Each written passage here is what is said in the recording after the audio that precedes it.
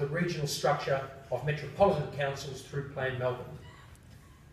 But in the next term of government, I believe that the biggest issue facing the planning system won't be structural or systematic or policy reform. It'll be the reform of the delivery of the planning system. That is the front end. Time and time again, I hear people saying that the reforms to the system are good, but if they cannot be delivered at the front end, be it by council planning officers, then there still exists a fundamental problem with that core delivery of the system.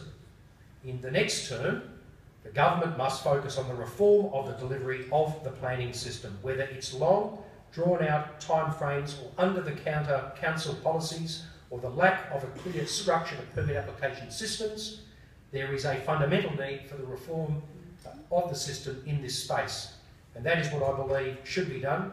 That is what I would do. And I believe that is what is right for our planning system and indeed for Victoria. We have a strong, growing population.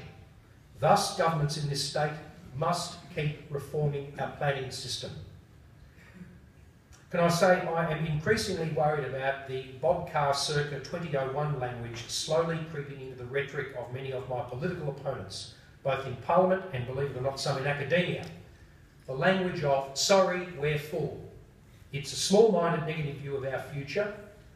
My opponents are increasingly entertaining the idea of a moratorium of high-density development in our central city area, a ludicrous and quite economically dangerous proposition. If you think this is a frightening prospect, then I refer you to the planning policies from New South Wales, 2001 to 2011, and see how the sorry we're full language impacted their economy, and have a look at how it impacted Sydney's growth, Sydney's confidence. The one thing that does hold this state back is the impact of the union movement in the building industry. The intimidation, the threats, the links to organised crime is now starting to emerge.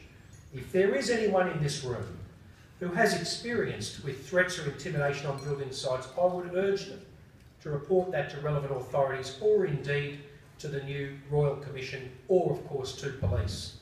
Elections are contests. As I said, I'd be a little different in this speech to others, so let me be frank.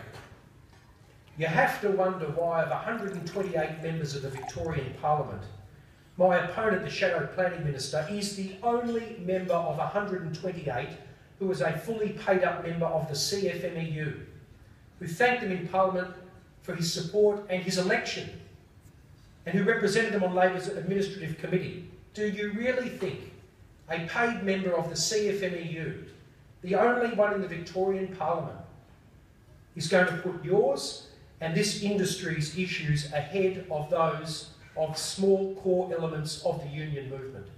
I leave you with that thought. Ladies and gentlemen, planning reform is not at an end. There is still much more to do for this industry and for all Victorians. I believe in this industry and the contribution it's made to the Victorian economy. I know all of my reforms to date have not necessarily been popular, some would say have not necessarily been right, but they have been done for the best intentions of this state and its near 6 million residents. I have had huge advice from this industry over those 3.5 years. Many of the government's reforms to date, DCP reform, planning structural reform, state planning policy framework reform, has been led and initiated by people in this industry and in this room.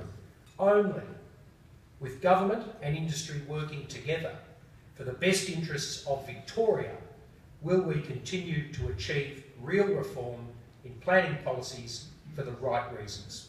Thank you very much.